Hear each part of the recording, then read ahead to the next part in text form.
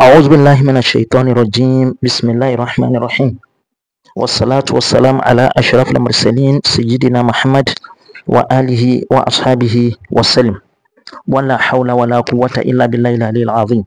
السلام عليكم ورحمة الله تعالى وبركاته.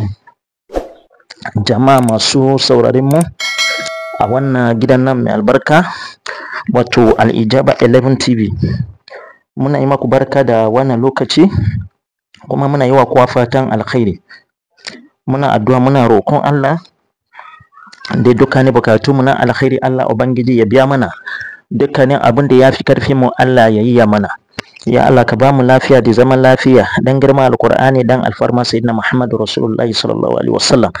Jama'a masu sauraron mu, abin da muka zo maku da shi a wannan yammaci shine idan ya zamanto cewa mutum yana sata ko da yaro yana sata kuma ana so ya daina, ko mutum yana zina ko waninka, ko yarinya tana zina, ko namiji yana zina ko waninka, ko kai da kanka kuma baka so, kana so ka daina, abin ya ci tira da Allah. Wannan sirrin da zamu bayar din na kai kokari ka aikata shi.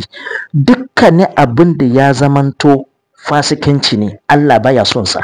In dai kana aikata shi, ko irin su caca, kana so ka bari amma abin ya ki cira, dan Allah ka yi wannan sirrin. Insha Allah duk waɗannan mummunan aikin na sata ne,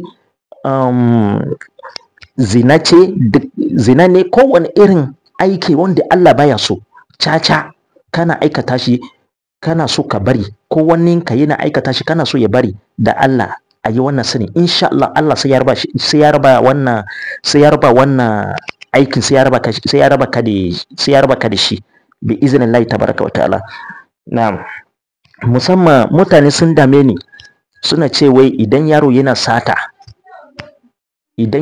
sata ko yana shaye-shaye, idan suna so ya daina, da Allah in ba su sirrin da za su yi, ga sirri na kawo.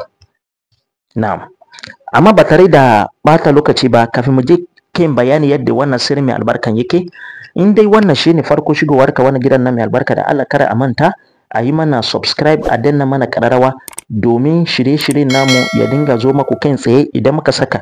A yi mana liking, a yi mana sharing dan al'umma annabi da yawa su amfana da wannan sirri mai albarka. Yadda ake yin wannan sirrin shine kamar haka. Wannan ayan da kuke kallon nan shine ake rubutawa kafa 41. Bismillahir Rahmanir Rahim. Afaman kana mu'minan kama kana fasikan, afaman kana mu'minan kama kana fasikan. Wannan hayan shine ake rubutawa kafa 41, iya daidai wajen ake rubuta kafa 41. Amma idan aka yi wannan rubutun sai a wanke shi a cikin wani, ba wanke shi a roba, a samu tasa ko wani kwano na karfe, duk abin da ya zama to na karfe dai, a ciki ake wanke shi, ba wanke shi a roba.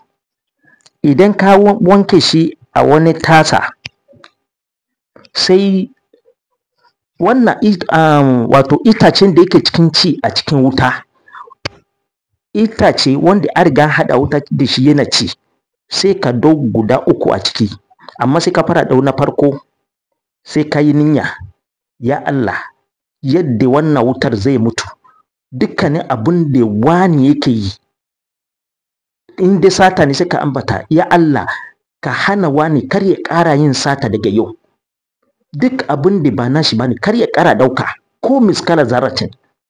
In dai zina ne haka za ka yi niyya, in dai caca yake yi haka za ka yi niyya. Sannan sai ka doko wannan icen da ka rike hannu, inda yake cikin ci a cikin icen da yake cikin ci a cikin wuta, ka rike hannu din nan, sai ka soma shi a cikin rubutun yayi shu. Idan ka soma shi ya mutu, sai ka aje a gefe, sai ka kara ɗauko na biyu, ka kara yin niyya irin wanda ka yi na farko, ka kara soma a cikin wannan rubutun, shi ma yayi shu, ka aje a gefe, sai ka ɗau na uku, ka kara yin niyya, ka kara yin addu'a, sannan sai ka soma a cikin wannan rubutun, shi ma yayi shu, sai ka cire, sai ka aje a gefe. Wannan rubutun wanda yake haikata sata ko makamancin haka sai ya sha wannan rubutun. Wannan icin nan ba mai da shi wuta, za a je a haka rami a binne shi, domin idan aka kara mai da wannan icin wuta, wannan mutumin zai iya daina, zai iya dawo yana yin wannan abu. Amma wannan aikin ana yin shi ne kwana 41. Haka za a dinga yi wannan rubutun kullum, ana yi kamar yadda na yi bayanin nan, ana yi kullum, ana sha. Wanda yake da wannan matsala ya ringa sha, haka za a dinga yi masa kullum, ana sha har kwana 41.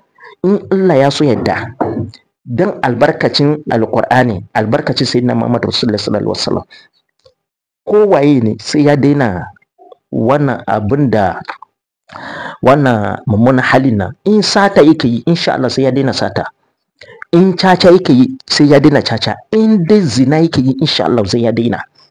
Amma a tabbatar wannan icin nan a je a binne shi ne, kare a aje gurin da wani zai kara dauka ya kara zira shi a wuta, ko ya bari duk ranar da aka kara do wannan icin aka kara mai da shi wuta, wannan bawa Allah ne sai ya koma ga abin da ya bari a baya.